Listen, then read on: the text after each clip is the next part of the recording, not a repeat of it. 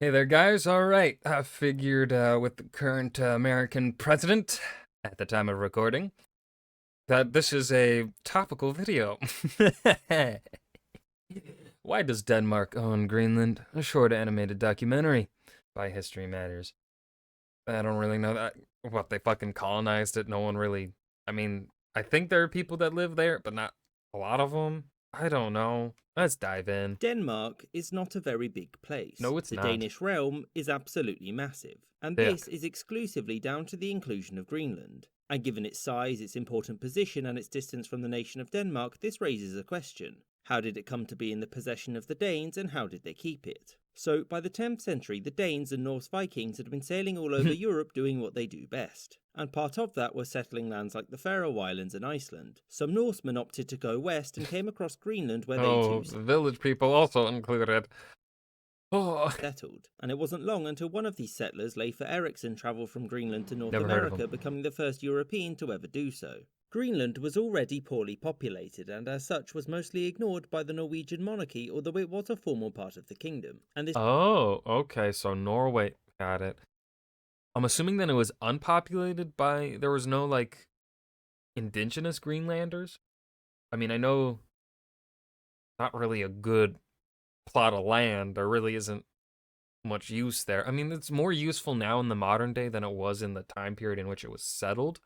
But, This anyways. was mostly down to a lack of communication, since a round trip from Greenland to Trondheim took many months. By the 15th century, mostly due to the plague, the Norwegians were gone, and in their absence, the Portuguese laid claim to the land. Huh? What?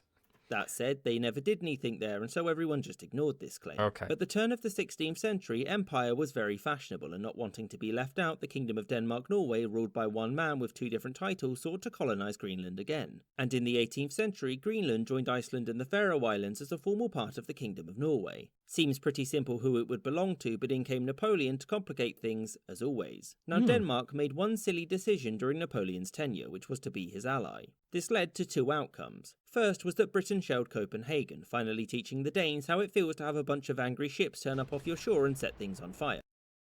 Petty. I love it.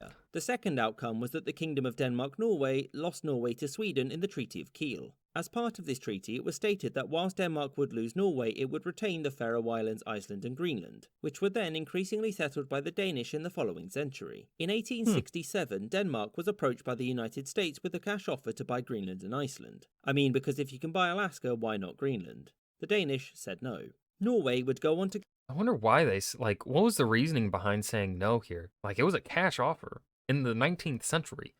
gain its independence. Like, I don't think Greenland really had much resources to it in the, like, that were useful at that time, right? Like, obviously, Russia would end up regretting selling Alaska, but that's because of what ends up becoming so, like, geopolitical rivalries later on down the line, but also because of the discovery of oil in Alaska.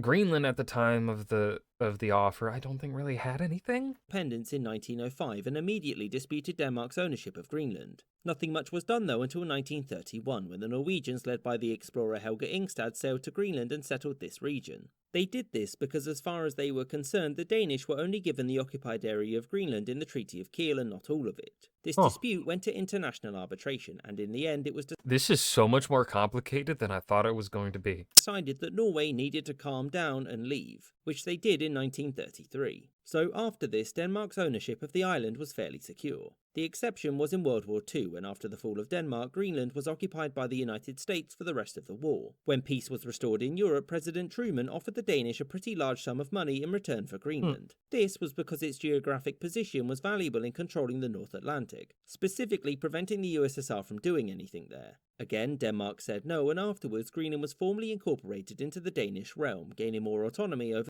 Well, why does, like, here's the thing. I have no problem with Denmark owning Greenland. I want to hear the lot, like, what reasons do the Danish just not want to sell it, though? Like, obviously, I understand by this point, it is very well integrated into the Danish realm, right? It is part of Denmark, for all intents and purposes by now.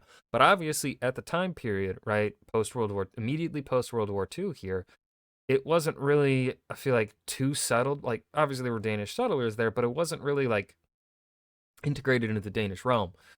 what is the logic? What is Denmark's logic here? Is just like, no, it's mine. No other reason.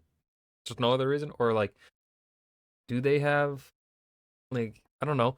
I feel like I'm looking for a logic where there really isn't one. It's just simply the Danish were like, no, we don't wanna. It's ours. Like a child with a toy or For something. the following decades. I hope you enjoyed this episode. This was a really good video. This was way more. There was more contextual information that was needed here than I thought was going to be needed. I didn't think we were gonna go through as much. We got more information than I thought we would get. I loved it. This is a great video. 10 out of 10. That's why Denmark owns Greenland, and I have nothing else to say here except good for you, Denmark. Keep saying no. Ha. And I hope you guys enjoyed this video. Remember to hit that like button and subscribe for more. And I will see you guys in the next video. Peace.